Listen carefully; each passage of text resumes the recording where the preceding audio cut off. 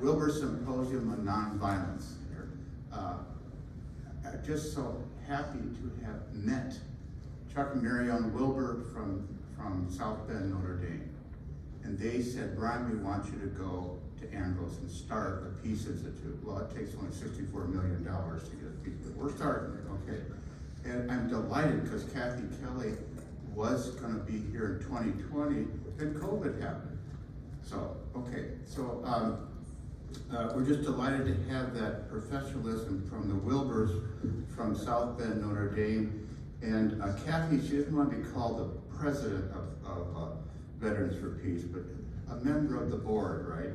Kathy, is that what's, okay. So she's advancing generally the theme of community this year at St. Ambrose. So, Jessica. All right.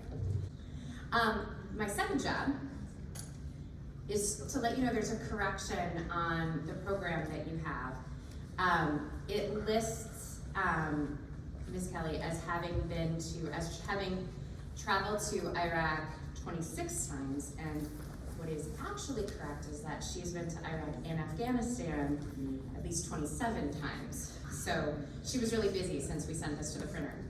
So I just wanted to make sure we had that correct. And then the last thing, my most important thing, is to just note the generosity of the Wilber family who have made it possible for us to be here and have made it possible for us to present a stipend to the people who are working for peace using nonviolent methods. Really the best thing that we can think of to give money to. So this is for Ms. Thank you very much.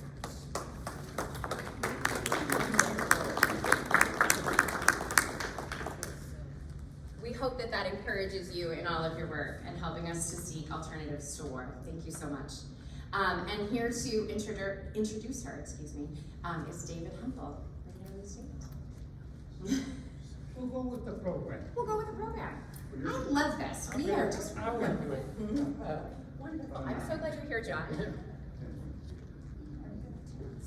I'm John Gadry, President of Veterans for Peace, Chapter 161. Thank you all for being here. How do you know where somebody's coming from if you don't know where they've been? This is a particular problem with Kathy Kelly because she's been to so many places. And it would take up the rest of the evening to list them all, possibly. But her work for peace has taken her to many countries, and within this country, also to federal prison. She really walks the walk when it comes to peace. She's been awarded many awards for her work for peace. She got the 2017 Veterans for Peace Gandhian Nonviolence Award. She has received awards from the War Resisters League. She received several Oscar Romero Awards and Thomas Merton Awards. So, without further ado, Kathy Kelly.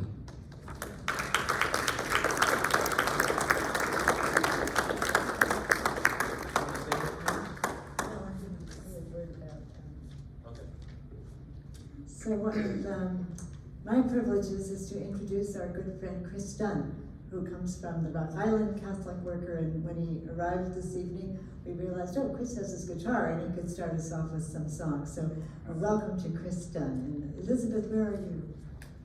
His beautiful wife, Elizabeth. Good.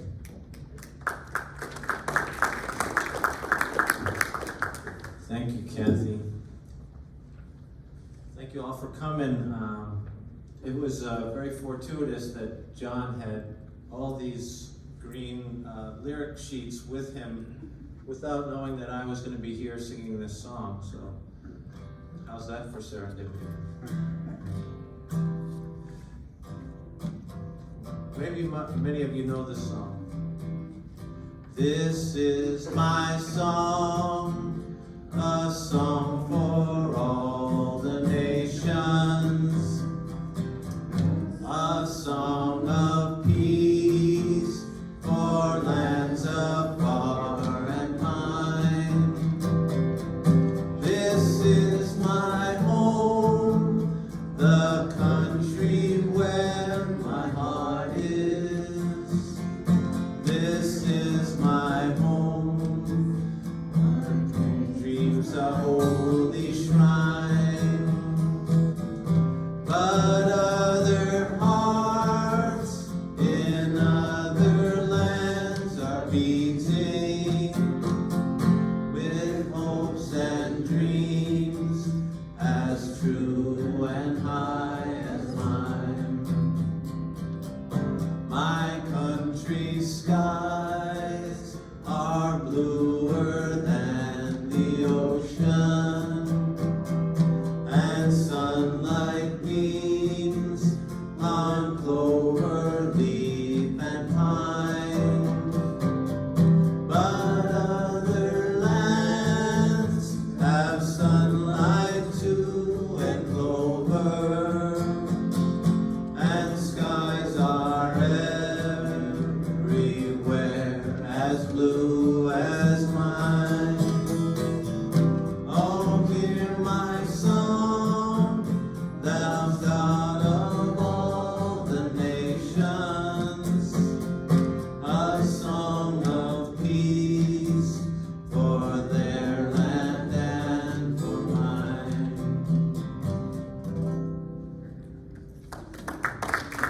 Thank you.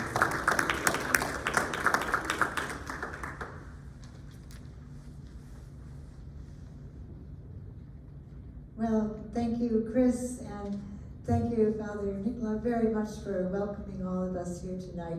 Special thanks to the Veterans for Peace, just so many of you that I am grateful to see again, and your witness has been crucial. And to students and others from the St. Ambrose University community, thank you for coming and gathering tonight. I want to say that when Dave Hempel called me about, maybe 4 weeks ago, he said, perhaps you're going to want to change the theme for the presentation because now we have a war raging in Ukraine. And honestly, I was a bit tongue-tied. I thought, well, what can I possibly say? This has been such an overwhelming war. And now at this point, after doing a lot of listening and a lot of reading, I thought, well, I wonder if anybody wants to do an all-nighter. There's so much to say, so much to think about. And so I want to be governed in what I have to say this evening in this talk entitled, War is Never the Answer, by the season of Lent.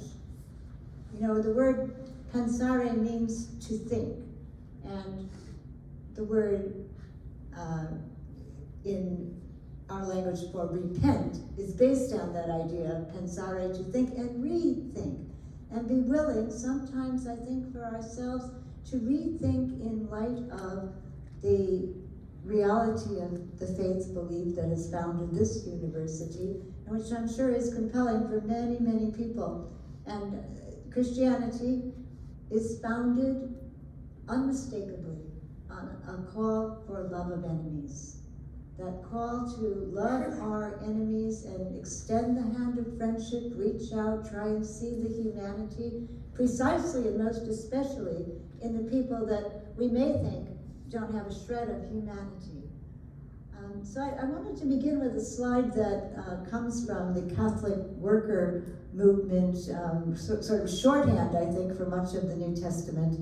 And that's this slide that shows two peace activists holding up banners that list the works of mercy and the works of war. But I'd like to then move from that to an appeal to artists stretching back now over several centuries. Somebody from the Catholic worker, Jim Forrest, was a good mentor to many of us. And Jim Forrest said to me last year, before he died, he said, you know, why don't you try, Kathy Kelly, to bring more of the great artworks into your reflections and let yourself be influenced by those? And I'm very appreciative of that idea, and also during a time of COVID, when I finally got dragged into the 21st century and learned how to do, oh, this is my very first PowerPoint, but I learned how to use visuals on share screen. I do want to try to take that approach, although it's not normally what I have done. I've normally told stories from my experience, and I would like to include some of those as well. But turning to a story mediated to us by a painter and going all the way back to 1564, I want to ask you to consider this painting called The Massacre of the Innocents by Peter Bruegel the Elder. And it is a harsh, a violent, a chaotic painting, and it shows the military in that time having the equivalent of an airborne advantage, drone warfare, aerial airfare. In those days it was horses. And those soldiers on horses with their weapons would have been entirely menacing and fearsome, and they're waging what would sometimes be called a pogrom against people with no weapons, with no protection, and they're slaughtering children. The mothers are weeping over the bundles that are their children, and soldiers are stabbing a pile of infants, and a man is trying to run away, and a soldier is stopping the person, and a woman is trying to plead with the soldiers, here, take my daughter, don't take my son. It's a raw and a terrible image.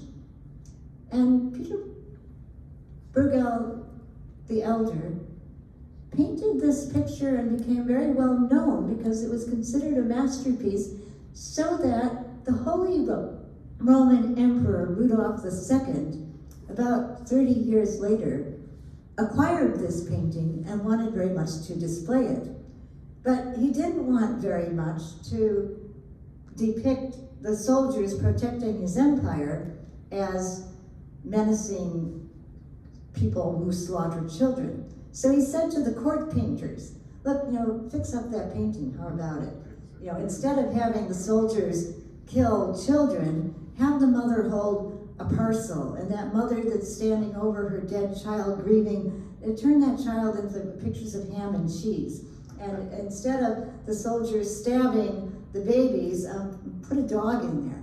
And so we might look back on that kind of clumsy attempt to cover up the truth and think, well, what was the Holy Roman Emperor Rudolph II so very, very afraid of that he needed to cover up in the way that he did? But then I think, realizing more and more why my friend Jim Forrest said we can learn a lot from those old masterpieces, because we in our time, with our air superiority, with our aerial attacks and our drone attacks and our bombs, have many times found very sophisticated ways to cover up this reality. And I believe it's important, if we're going to practice love of enemy, to be willing to look in the mirror and see that even some of the worst atrocities being committed now by Vladimir Putin are atrocities that the United States has also committed. This isn't to justify anything that Russia is doing in the invasion of Ukraine. I think it is entirely unjustifiable.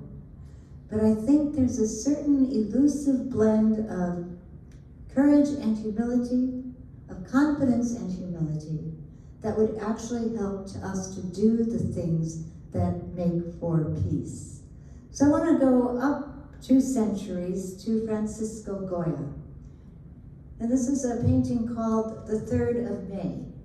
And in Madrid, on the 2nd of May, Napoleonic soldiers came into the city and they started to attack people. They defeated the city, but there were a group of insurgents who tried to fight them off. And so the next day, on the 3rd of May, the French soldiers lined the insurgents up and executed them. But many of the people who were lined up against the wall were not part of this insurrection. They were wrongfully killed, they were innocent, and Francisco Goya committed himself to paint the recognition of the innocent person being bathed in light, being illumined. And you see that the military people don't really seem like humans. They almost seem like a cluster, like an arachnid. You just see their legs and the weapons aimed, but the sympathy, the empathy, goes toward the man who almost seems like a Christ-like figure.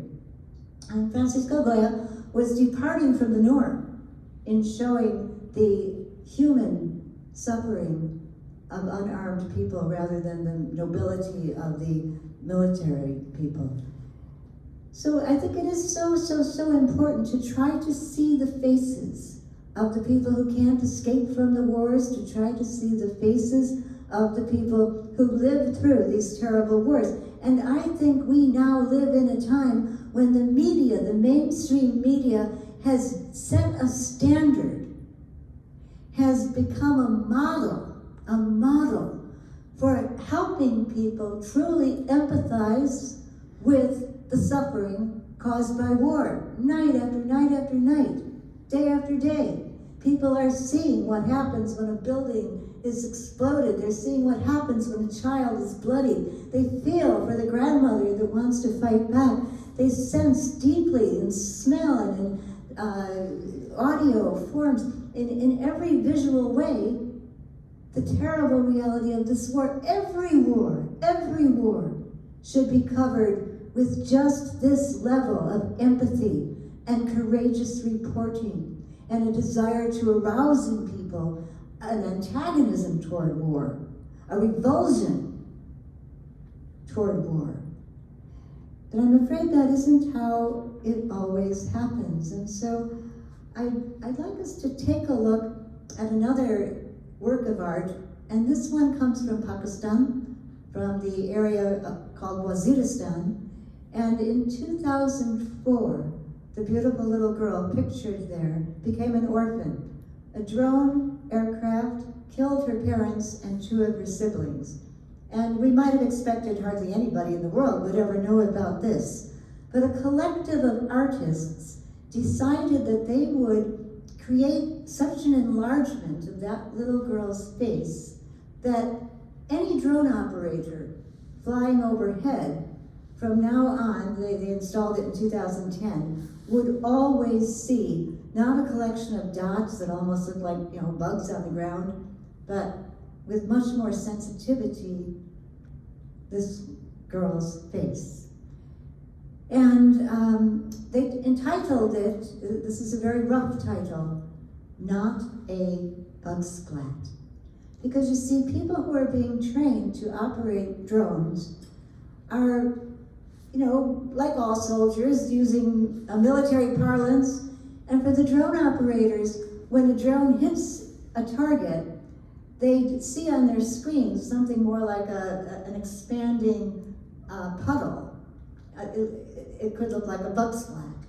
And so this was a resistance painting, I think, in which the artists decided to call it Not a Bug Splat. Well, I want to now tell you about an artist named Dr. Wafa Bailal. And Wafa Bailal is from Iraq, and when I first met him, he had come as a refugee. He wanted to escape Saddam Hussein's regime. And so Wafa Bailal came to Chicago, and I'll get to that slide, but I just want to first tell you that when he first arrived in Chicago, he had just learned that his brother Haj had been killed by a United States aerial attack. His brother was at a checkpoint. And for Wafa, it was just impossible to go on without trying somehow to make his brother's life and death be a statement about war and kind of usher people into better understanding war and what had happened to his brother. And so he rented out a cubicle on Carpenter Street in Chicago, near the Art Institute. He was a professor at the Art Institute by then. And he installed himself in this cubicle. And he installed a paint gun. And into the paint gun, he poured yellow pellets. And then, using the internet, anybody in the world could aim that paint gun and shoot Wafa Bailal. Now, he also had a plexiglass screen, so he had some protection. 60,000 people. aimed the paint gun and shot Wafa Bilal. And now there were many people who would chat with him on the computer and console him also, and there were some who could kind of rig it up so that they could swerve the gun and it wouldn't shoot right at him. He called his project Shoot an Iraqi.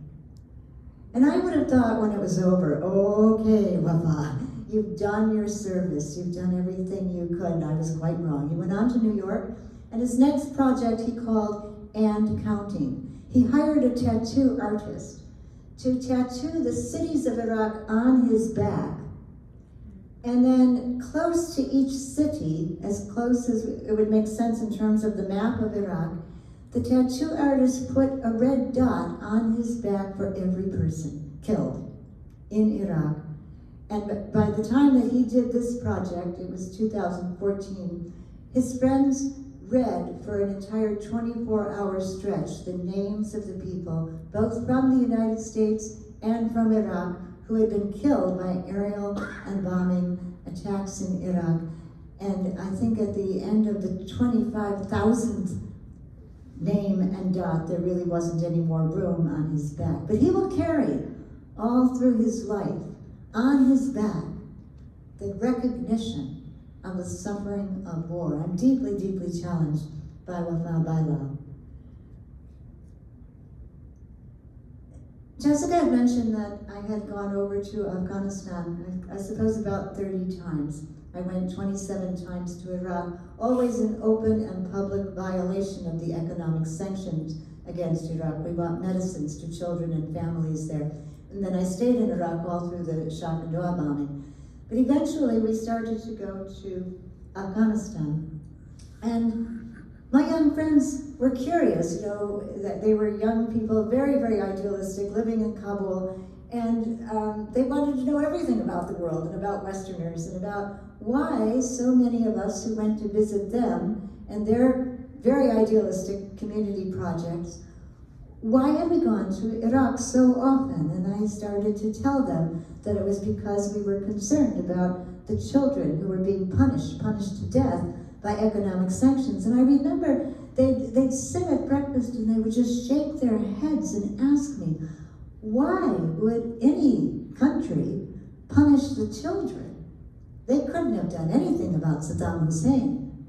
And that was true. Those very same young adults, they were very young adults when I met them, young teens, now they're young parents, and they have children, and they're now asking that same question about their own children. Why would the United States want to punish us and our children? We can't overturn the Taliban, but the United States is punishing that generation in Afghanistan to death. Those young children with the Afghanistan bank funds frozen, with the United States waging an economic warfare against ostensibly the Taliban, but actually afflicting women and children who make up 75% of Afghanistan's population. Why would we punish children to death? And it troubles me, I have to tell you, it troubles me that when the United States withdrew its troops from Afghanistan, you couldn't identify a clear effort to try and evaluate, to try and ask, did we do anything wrong? To try and stop and ask how we might prevent a next war. Oh, no, no, no. The United States military was immediately turning its sights toward a new war, and at the time, as I was reading it, before February 24th, it looked like they were aiming toward China. In fact, an Admiral, Charles Richard, said, in the event of a military entanglement with China, recourse to nuclear weapons will not be a possibility, it will become a probability. Now that's a very frightening idea, that nuclear weaponry would become a probability. And they didn't stop to look at what had happened to Afghanistan over all of those 20 years of warfare. And in fact, after the chaos of the evacuation, when in the Hamid Karzai International Airport, a hideous event happened, a suicide bomber, they call them the Islamic State in the Khorasan province, ISKP, in Kabul, blew himself up, and the carnage was so merciless and terrible. 13 United States military members were killed, as many as 170 Afghans. And so President Biden said, we will punish you, we will find you, we will never forgive you, and the hunt was on. And the idea was they were to hunt down anybody that might have been involved in this killing and prevent it from ever happening again. So that's the context. Now I want to tell you about Zemarai Ahmadi. Zemarai Ahmadi worked for the United States in Kabul. He had quite a wonderful job. He worked for a group called Nutrition and Education International. And his job meant that he tried to educate Afghans about better foods to eat and more protein in their diet. But also he went to a boatload of soup kitchens and refugee camps and he distributed food. And he did a tremendous amount of good work for 6 years. And so Zemaria Ahmad had a car. Now in all my travel to Afghanistan, I feel like I saw the country through a keyhole. I mostly stayed in just one neighborhood. But I never saw anybody who owned a car. But here's Zemaria Ahmadi with the company car. So every day he was driving the streets of Kabul in this white Toyota Corolla. He'd be picking up colleagues, dropping off colleagues. But on his last day in Kabul, when his bags were packed and so were his spouses and his children's bags, because he'd gotten one of those enviable visas to go to the United States after 6 years of working with a California-based company. And so Zemarai Ahmadi was pretty excited, but he was also doing the things he needed to do for the neighbors, for his boss. And he had been told by his wife, be sure to come back with enough water. They were the only income earners for an extended family, and they're on their way out. So he gingerly put big canisters of water in the back of his car, and he dropped off colleagues and picked up colleagues and then went home. And the Ahmadi family had a tradition. When Dad came driving back into the family driveway, all the kids came out, and then Dad would let one of them park the car. And so you can imagine the excitement. Dad's home, we're going to get to park the car, the kids come for it. What Zemaria Ahmadi could never have known was that for the 8 hours since he'd awakened in the morning, he had been tracked by a United States drone, and the drone analysts had confirmed the bias they began the morning with: this guy is a terrorist. And they mistook everything that he did. He went to his boss's house. They thought it was a safe house for ISKP. He went to pick up the water canisters. They thought they were explosives that he was putting in the back of his car. He dropped people off, picked people up, and they were sure that these were more terrorist networking. And so when he pulled into the driveway, a Reaper drone outfitted with a Hellfire missile got the order, they say impact, and that missile went right into the car and killed Zemarai Ahmadi and 9 members of his family, 7 of them children, 3 of them toddlers. So in that spirit that says, don't look away, I ask you to join me in spending a little time with Zemarai Ahmadi. He would have been 46 years old. His son, Zamir Ahmadi, age 20. Faisal Ahmadi, age 16. Fazad Ahmadi, age 10. Benjamin, age 6. And Arwan, age 7. They were his nephews. His brother Ronan lived in the same family complex. And then Hayat, age 2. And those 2 little girls are twins, Somaya and Malika. So an investigation was ordered, and General Sami Said, an Air Force general, concluded that no wrongdoing was done. Nobody could be held accountable for killing the Ahmadi family. That murder happened on August 29th. And by October 15th, no one in the family, this is 2021, no one had heard one word from the US State Department, from the US military, just gone. But But what was unusual about the killing of the Ahmadi family was that there were international journalists in Kabul covering many different stories, and so it was covered. That's what was unusual. Otherwise, attacks like that were routine. And I think we have to understand the terrible dilemma General Sami Said faced having to write up the report. And he kind of begged his superiors when he said there was no wrongdoing done. He said, you have to understand the context. You know, there had been this horrible explosion after all the chaos at the airport, and we needed to find out who was waging these attacks. And I think that's true. That certainly was the context. But I think we have to take a few steps back and look at the longer and the broader, the wider context. And for that, I think we need to go to a young man who's now in the Marion Penitentiary. His name is Daniel Hale. And Daniel Hale worked as a drone analyst. And he realized after years that repeatedly they were getting intelligence from on the ground and intelligence from drone camera footage, and they were picking people to kill and then finding out, oh, that was the wrong person. We killed another civilian.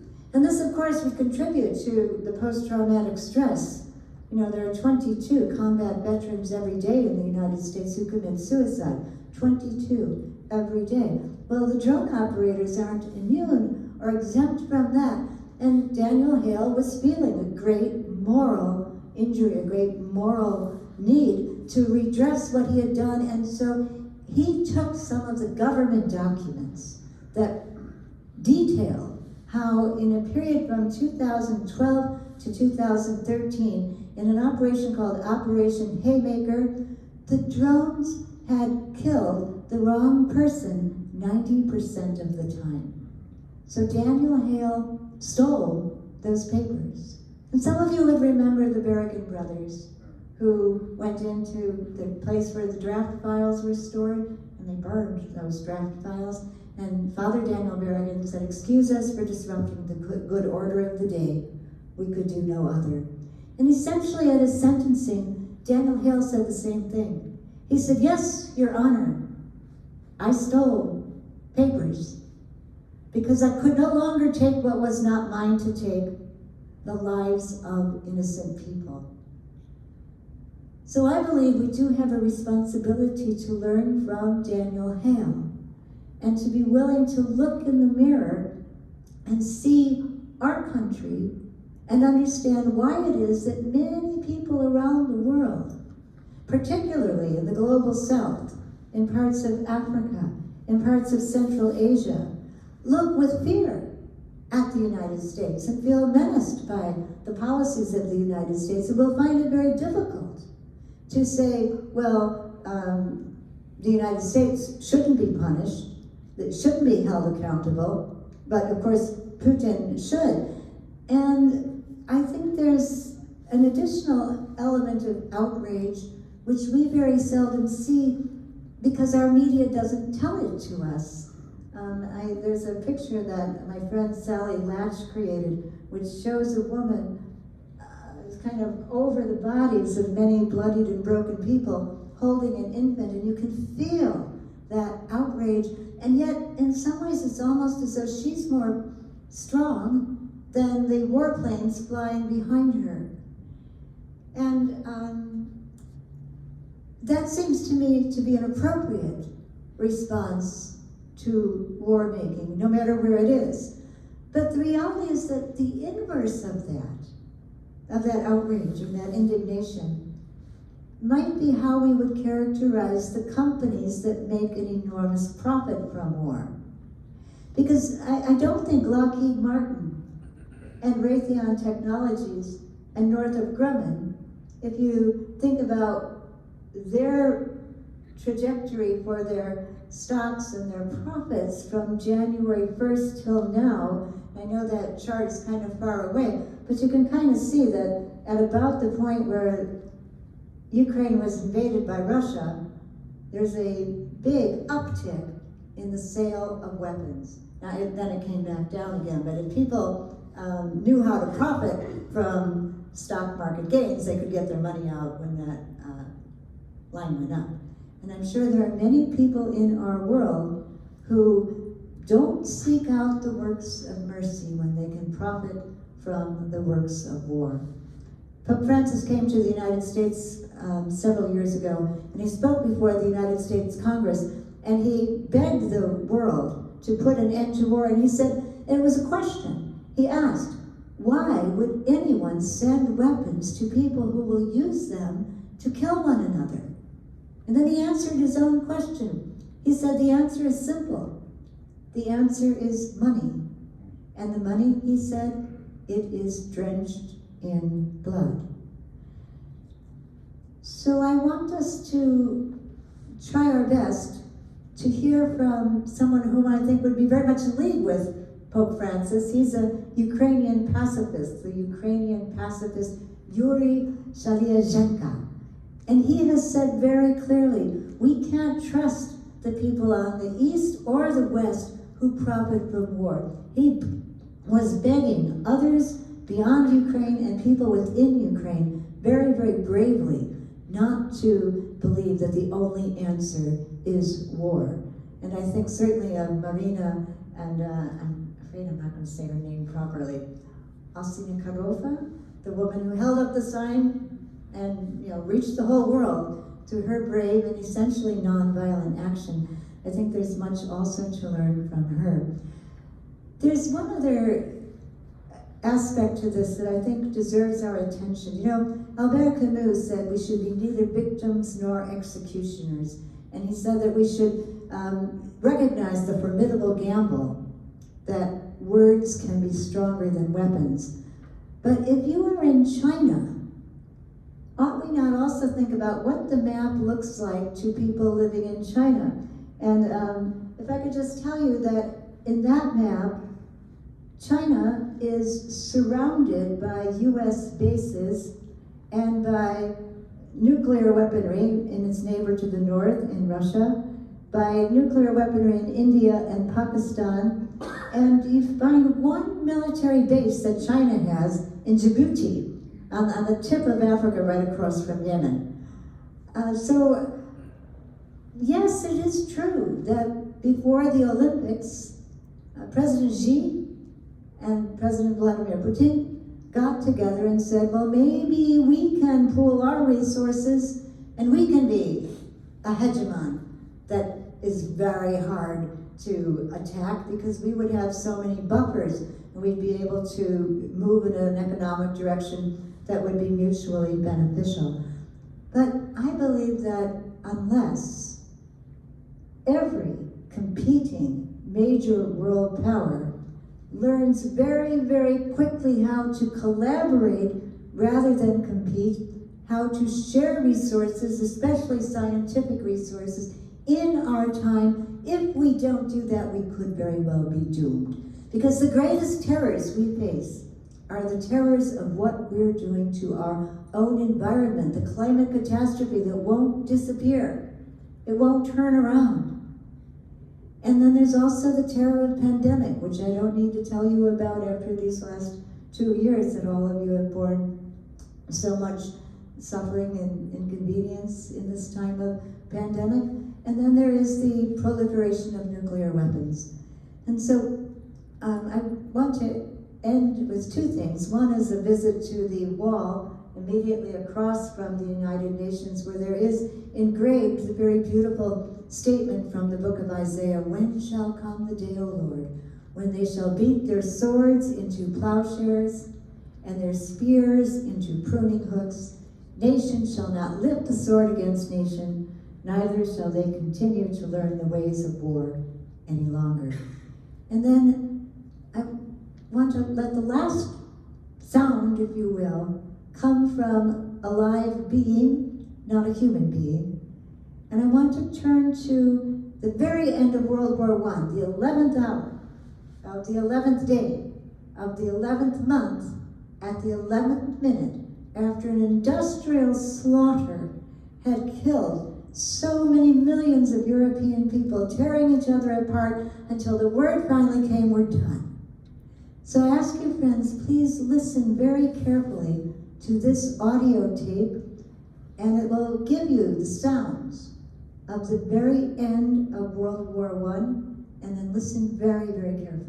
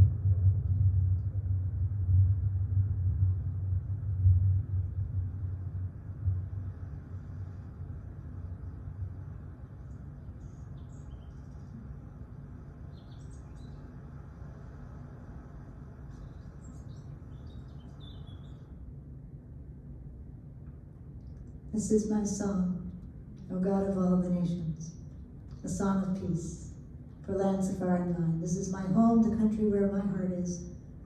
Here are my hopes, my dreams, my holy shrine. But other hearts in other lands are beating with hopes and dreams as deep and true as mine.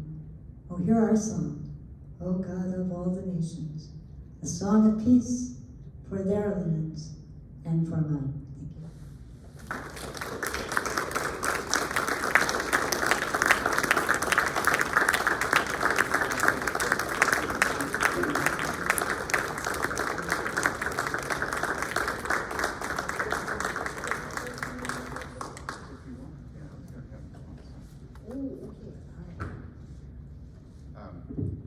For Q&A, just go up and talk to her. She's wonderful. So let's do that. And then there's a cause in back you better explain on the table. Thank you. Yes, on the back table where Ed is, this issue of banning the drones that could be outfitted with tactical nuclear weapons, but at this point carry Hellfire missiles and have done enormous damage to civilian life in many places. There's a postcard to Secretary General of the United Nations, Antonio Guterres. And my friends in this campaign are asking you to do two things. Fill out the postcard, and then also put your name on a sign-up sheet that Ed also has, so that everybody can know for sure that we've got these postcards going to Antonio Guterres. I also want you to know that a very strong group of youngsters in Afghanistan have now had to ask us not to use their name anymore. For security reasons, they can't be named. And they've had to close down their center, and there are quite a lot of people in the peace movement in the United States who were of great support and were really a part of their project work. And we are trying, for those that are particularly at risk of being harmed by the Taliban, we're trying to get them to safer havens. So if any of you would want to become a buddy to one of these young people and correspond with the person, encourage them, maybe help us look for scholarships. We've managed to get 8 of them to Portugal. And believe me, it is just a non-stop endeavor with lots and lots of phone calls and letters and communications. But 5 will soon go to Canada. We don't have any way of getting anyone into the United States at this point, but it does seem like there could be a possibility to get a few more over to Germany. So if you have any ideas or would like to be part of that, you're so welcome. If anybody would like to contribute to that effort, those who are stuck in Pakistan have a rough road to hoe because they can't work and they're kind of marooned. And the families in Afghanistan are just aching for bread and fuel and shelter. So if anybody would like to be part of that, you can come and see me and I'll let you know more about that. So thank you very, very much. And thanks to Bex for peace, and here comes Chris.